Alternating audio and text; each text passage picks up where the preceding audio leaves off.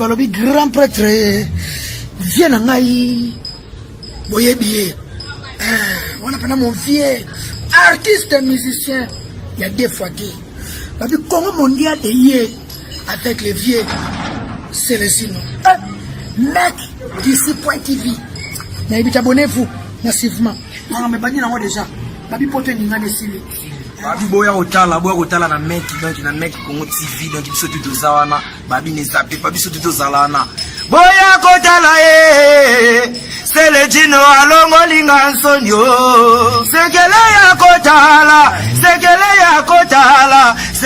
ya kotala et pas c'est le dino check this is El Toro de People Champ Congo mondial c'est les Ino mec d'ici car moi aussi je suis un mec d'ici quoi.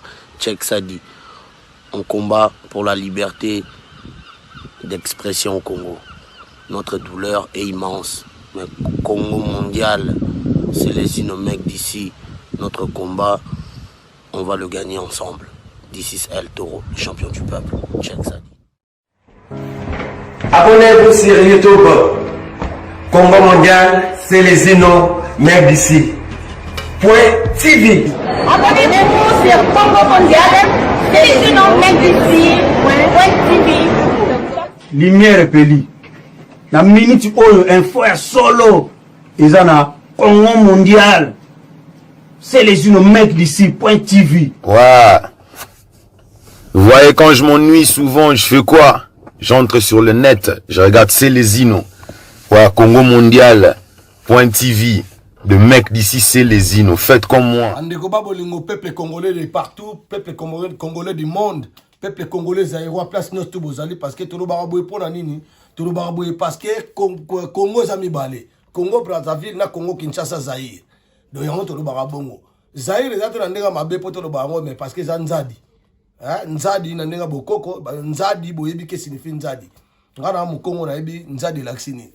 Bandeko neto zali aboye na ye awa na makambu oyo ya grave zo sala na kati ya communauté makambu oyo tribalisme ko na kati ya communauté or que to abiso na biso to na ba congolais tant to bana ko bunda Kabila dégage to bana ko bunda Kabila dégage pona to longola occupation to bana ko bunda te po bati la biso mutu moko boye oyo akomo ko ndima ba occupant baya voilà bazaba ondimi bango babomi na bango batu ala to finir le passé et là to pesa peuple congolais zaïrois kanda yangwana wana sija liboso sija mibale bandeko na biso boti ko kosela batu makambo neti ngase les zones na zaboye bandeko bokechu bandeko ba piti somongo ipo wa iza bandeko komanda eso bandeko ebele ba combattant ba dieta kabuya bandeko ebele bandeko zoro bilel boti ko kosa makambo peuple atomboki ye moko peuple comme ko bima peuple alingi na yesu buzo bati bandeko James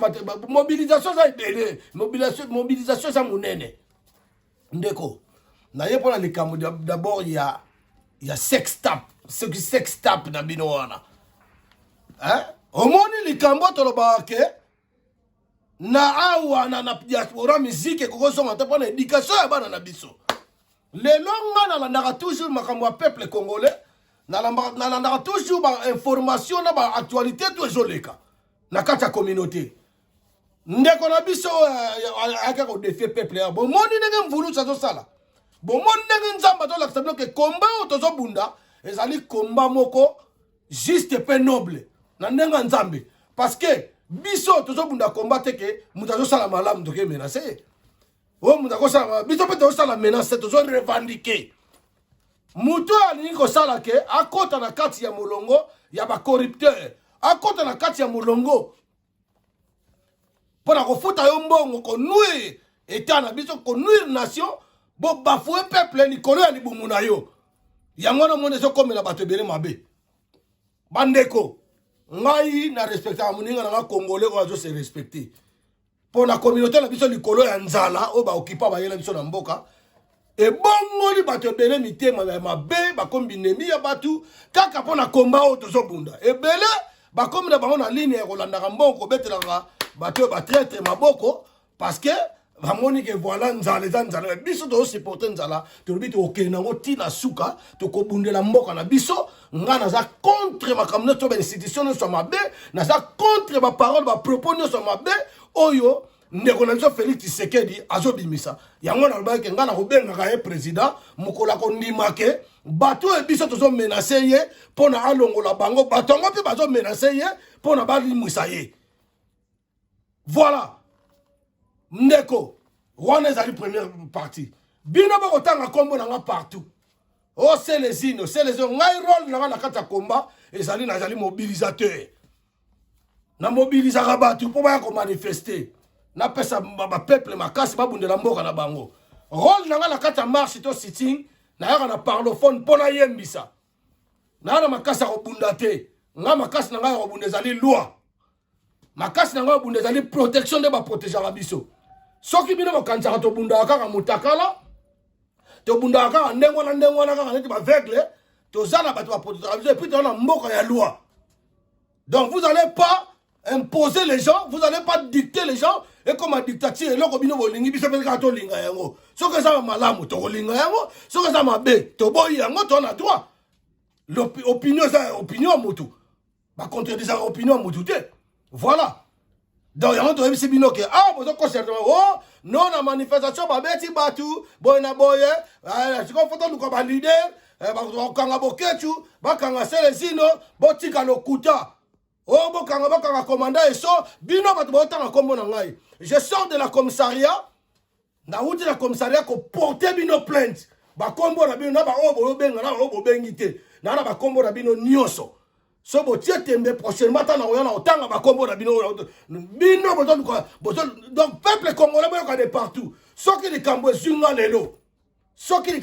lelo boye bango batu wana ba collabora ba taliban wana bakombo na bango to wana ngo déjà na plainte donc bango boyebi ke tanto na ko bunda na bino ba taliban ta bo mi pe wana bo mi pesi kombo ba taliban te to sa ko bunda na bino parce que to longola occupation to landa Kabila dégage lelo bo baluki pona nzala bo comme si ko bo menacer biso ne to comme si ko yo benemi na bino biso to sa peuple le peuple gagne toujours ata bolobi bakombo na bino bozo bakombo na ngai za mwana mvulusi place ozali ozolala bolobaki lokuta ozobundela lokuta ozobundela corruption ngana to bundela na bosolo banzambe ya Kongo wana bakoko ya Kongo bakotelemela bino bokofuta donc ngana ko bunda tina suka na ko changer te na ko bunda tina suka donc bokena nga pas été on est dans un pays de loi donc boko sakate o mutu moko abukani liboko atoboki lisu o mutu moko boye pona o ngana bunda kutu te peuple na manifestation to mona ba gilet jaune awa donc son manifestation zali ba kuwe ya na makambo ebele donc boye ko kize biso depuis na ki organisateur te ya marche wana il y a des organisateurs on peut basoki rapport après marche bazali donc bon mona batu bazobate soki bozoke na botel na place boyokabula bambongo na nouveau tanga kombo selezino ya boketu ya commandant so petit chomongo ya pipo ya isa ya vieta kabu ya zorobile baza ba combattant bazebele bokolonga te parce que nous on est en train de combattre une cause qui est juste et noble on réclame nos morts tozo réclamer mboka na biso zala bien mboka na biso zala na sécurité mais bino oza ba partenaire ya bato pe bazo menacer bino o biso pe tozo linga te baza na mboka wana ba partenaire na bango na la raison entre biso na bino na la raison donc bandeko bino bazo une fois qu'on a eu problème dans nzela peuple congolais de partout boye bango bato ba menacer nga ba taliban na kotambola ndenge mobala tambolaka donc soki yo moni nga na faible oya en tout cas simbate. En tout cas, peuple congolais on a qui message à l'émotion à Pesibino Ingeta. Deuxième message. Bandeko, au moins tina tolobaki na binoke miziki ekotikala ko beta awa te. Soki bombeki makama miziki biso moto ko bimisa peuple na balabala. So boko bomba biso ngala na baso na kokufa de kola peuple ngala na kokufa. Pour la vérité, miziki ko beta awa te. Bomoni mwana oyo aki ko défier peuple congolais na diaspora ayaki ko défier ba famille na biso ba foyer na biso donc bango pona bango musique il faut beta kaka Et loko bapekisaka bango. Lobi tomona ki la siège à IDPS. Azo sa azo beta musique azo kumisa. Ndeko lezo Fati. Ok, problème est ça sur Yangwana te. A comme ça ndeko lezo Fati. Fati na Paris tombé. Lobi li juste ko yo beta. Ba otiki lo tembe. Bino bazo kumisa ba politicien. Ba politicien wana bazo zo mutu makasi pour baza glorifier. Donc là tonto lo ba Yangwana. Donc yo kaka mwana yako défier bato awa. Combien de fois tikali mutakala? Bandeko na ngai. Mutakala so atikali wana. Botala pe mutakala ngo. Mutakala konda ndeko na ndrembolo kwa azuma leli. Et puis abimaka kaka na basi oya bato balandaka ye. Na bino bato bolandaka bango. Combien de fois tokoyeb sabino que musicien. Moi-même je suis un artiste engagé, je suis un musicien na kana bango mais j'ai changé de mentalité, na changé le côté faut na conscientiser peuple. Bandeko, musique moko otika la robeta awa te na ba bêtise aboy. O eza ko loka. To moni ba nie bozo ke no luka ba kisi ba nie bozo lia na ba kisi bozo ke no luka. Ata ku soko zo luka bezango. Donc mutu wana fa changer statut na ye à partir de soki héritier wa Kanambe wa Chilombo. Héritier wa Kanambe wa Chilombo, il faut changer statut na yo comme acteur pornographique banda lelo. Donc yo obimana basi abatu pour sambisa basi abatu.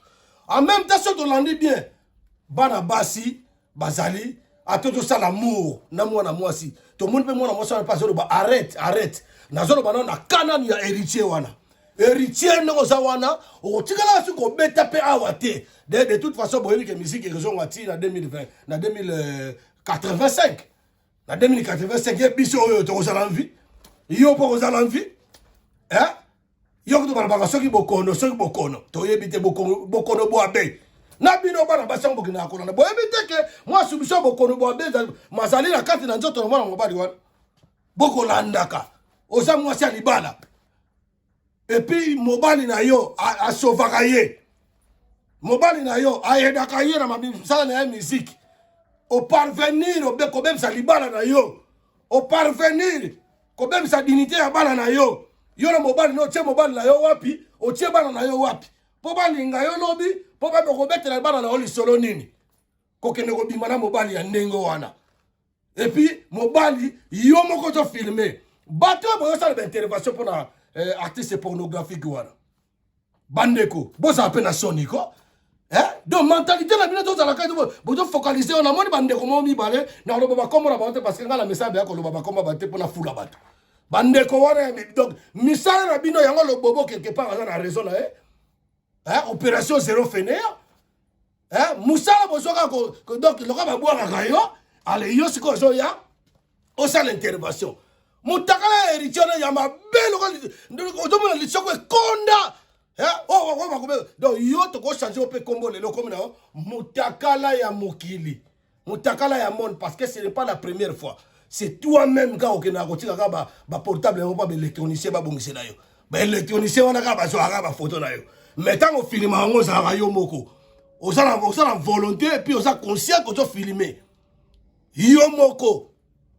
Alors si on a au cas moi, ba to boyo ke oh non, asala ka ngo ke akenda ko tika ba intervention mo ke pola ba tente. Boyo ke intervention ba ndeko ba bolingo. Peuple congolais, peuple diaspora, place tout bozali so bomoni vidéo wana bola kisango botala ngo au nom de Jésus sans effet.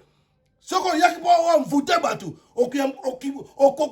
komi mvutami, komi mvutame yo moko. Babino ko bon ça so non, ba musicien na biso kaka bino kaka.